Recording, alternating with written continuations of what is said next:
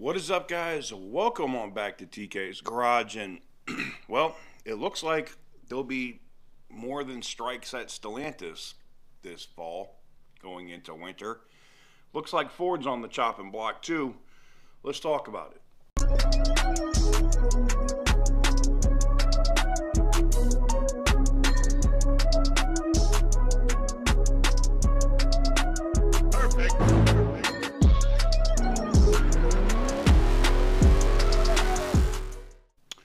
Welcome on back to TK's Garage. I saw this over about 20 minutes ago over at CNBC. It just dropped, and I'll put it up here for you.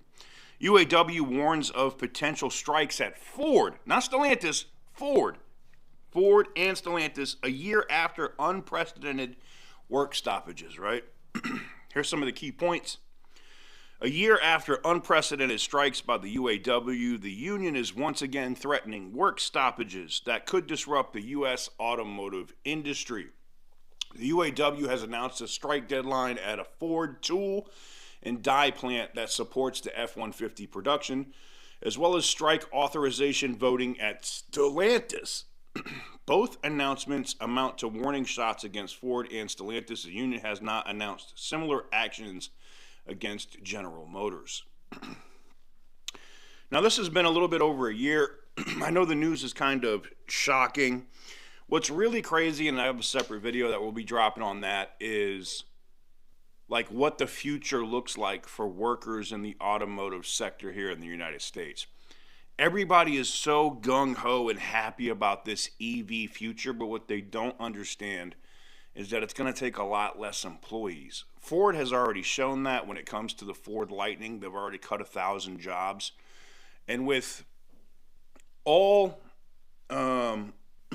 ICE manufacturing, meaning internal combustion engine manufacturing, being moved to Canada and or Mexico, meaning Stellantis would not be making any internal combustion engine vehicles in the U.S.,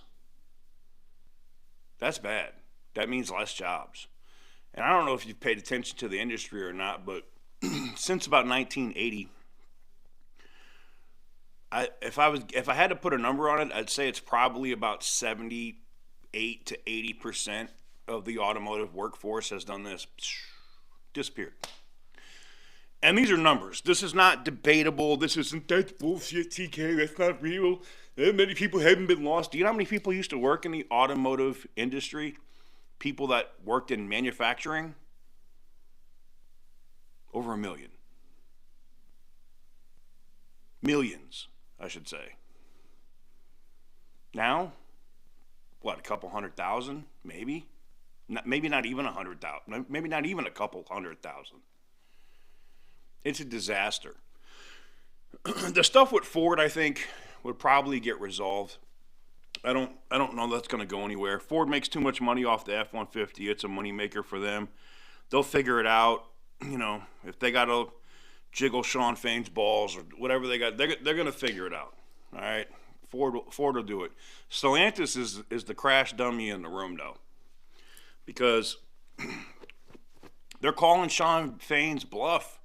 But the thing that's sad is if there is strikes at Stellantis, it's bad for workers. It's not gonna help workers.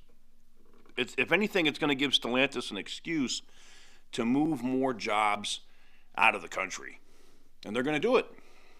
So, again, this all comes down to the leadership at the union to sign, historic contracts as has been signed. And listen, guys, I've made this very clear. I'm not anti-union. I don't care. I don't have a dog in that fight. It doesn't matter to me. That said, I talk to these union guys on a regular basis. I have people that email me their stories of how they had to move when Belvedere got closed, and some of them moved to Detroit, or these two brothers that had wives and they shared a house. They had to split. One ended up going to Detroit.